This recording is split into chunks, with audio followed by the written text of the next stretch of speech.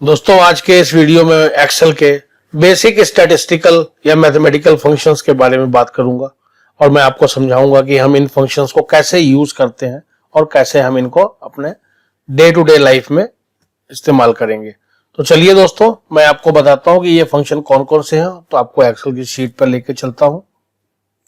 दोस्तों आज हम जिन फंक्शंस को सीखेंगे उनमें है सम फंक्शन, मिनिमम फंक्शन जिसको हम मिन फंक्शन कहते हैं, मैक्स फंक्शन इससे हम मैक्सिमम फंक्शन कहते हैं, काउंट और एवरेज फंक्शन। दोस्तों मैं आपको आज डिटेल में समझाऊंगा कि कैसे हम सम फंक्शन, मिन, मैक्स और काउंट और एवरेज फंक्शन को यूज करेंगे। तो चलिए देर नहीं करता हूं, मैं आपको एक्सेल शीट पे एग्जांपल के साथ इलेबोरेट करता हूं। दोस्तों इन फंक्शन को समझाने के लिए मैंने एक बहुत ही सिंपल डेटा लिया हुआ है। मैंने कुछ नंबर्स लिए हुए हैं जो ये नंबर रैंडम ऑर्डर्स में यहाँ पे लिखे हुए हैं। ये टोटल 10 नंबर्स हैं। इन पे ही मैं आपको समझाऊंगा कि कैसे मैं इन फंक्शंस को यूज करूंगा ताकि आपको इजी वे में समझ में आ जाए और आप अपने हिसाब से अपने डेटा पे इन फंक्शंस को आप यूज कर सके।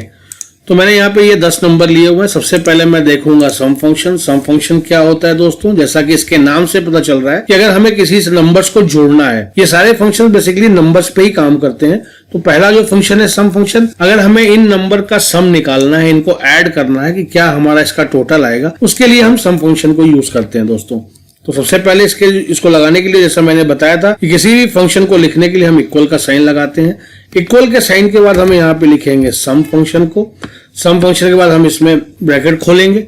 जैसे हमने ब्रैकेट ओपन किया उसके बाद ये पूछ रहा है नंबर कौन कौन से नंबर आपको ऐड करने हैं। तो चाहे तो आप एक एक नंबर करके कॉमा लगा के भी कर सकते हैं या आप पूरे रेंज को सेलेक्ट कर सकते हैं।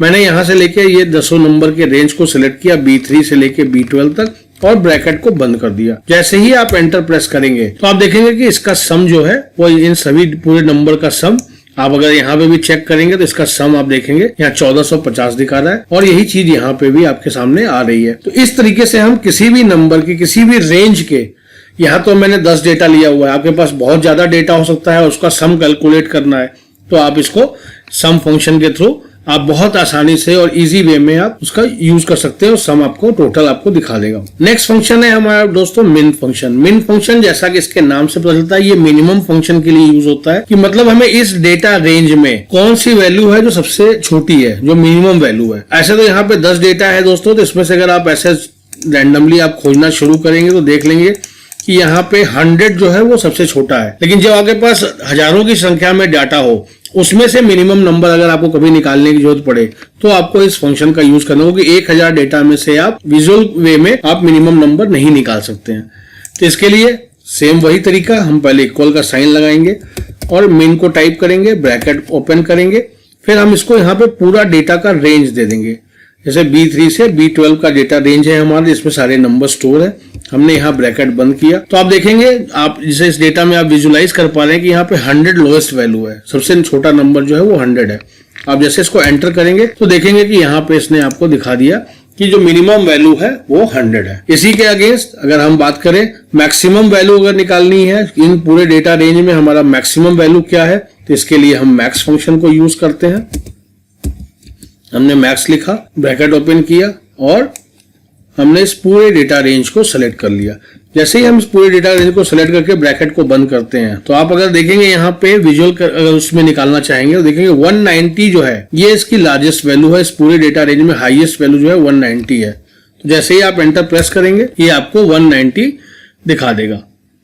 काउंट फंक्शन दोस्तों, काउंट फंक्शन का यूज जो होता है, हम नंबर्स के टोटल कितने नंबर्स हमारे पास हैं हम उनको काउंट करने के लिए काउंट फंक्शन को यूज करते हैं। जैसे अभी हम यहाँ पे देख सकते हैं कि हमारे पास टोटल 10 नंबर है, तो यहाँ पे जो काउंट अगर हम लगाएंगे, काउंट फंक्शन को यूज करेंगे तो ये 10 नंबर दिखाएगा। मैं आपको दिखाता हूँ। इज इक्वल टू के बाद में इक्वल के साथ में मैंने यहाँ पे काउंट फंक्शन यूज किया, ब्रैकेट ओपन किया और मैंने इसको सेलेक्ट किया रेंज को।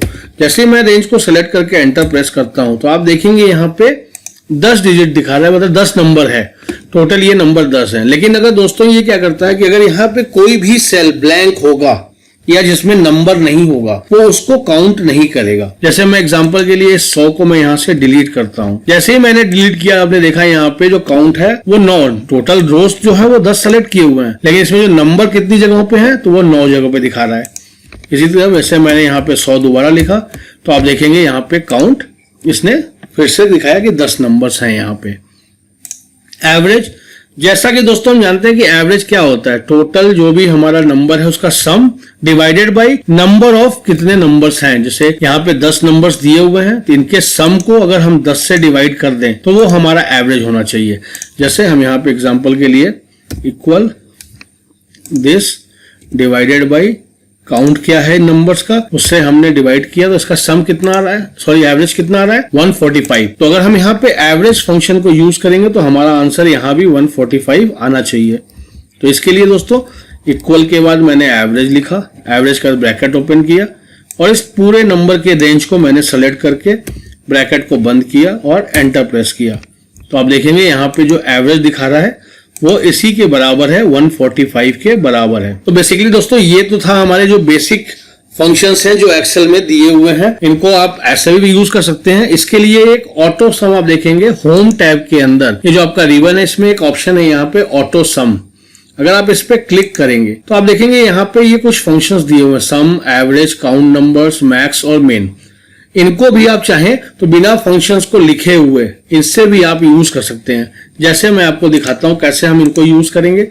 ये पूरे नंबर है, नीचे मैंने एक ये सेल आपको ब्लैंक छोड़ा हुआ है इंटेंशनली, ताकि मैं आपको यहाँ के थ्रू रिबन के थ्रू कैसे हम इनको यूज करते हैं वो मैं आपको दिखाऊंगा। पहला फंक्शन है सम। जैसे ही आप इस पे क्लिक करेंगे तो आप देखेंगे कि यहाँ वही फॉर्मूला इक्वल सम के साथ में उसके ऊपर की जो डेटा रेंज है, जहां तक डेटा उसको मिल रहा है वहां तक को नंबर्स को इसने अपने आप चूज कर लिया। आपको कुछ नहीं करना है, सिंपल एंटर प्रेस करना है तो आप देखेंगे यहाँ पे टोटल आ गया। तो ये सम इस सम के रिजल्ट के बराबर है। तो आप चाहें तो ऑटो सम के फंक्शन से ही आप इसको यूज कर सकते हैं।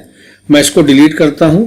इसी जगह पे मैं आपको दोबारा काउंट फंक्शन दिखा देता हूं। मैं यहाँ पे फिर से क्लिक करता हूं, अब काउंट नंबर दिखाता हूं। जैसे ही मैंने काउंट किया, जो फॉर्मूला में जो फंक्शन हमने लिखा था उसी फंक्शन को दिखा रहा है इज इक्वल टू काउंट, और जो रेंज है डेटा की उस रेंज को यहाँ पे ये सेलेक्ट कर रहा है। एंटर करेंगे तो आप देखेंगे यहाँ पर भी ये 10 नंबर दिखा रहा है कि हाँ ये टोटल जो काउंट है नंबर्स का वो 10 है। मैं इसको भी डिलीट करता हूं।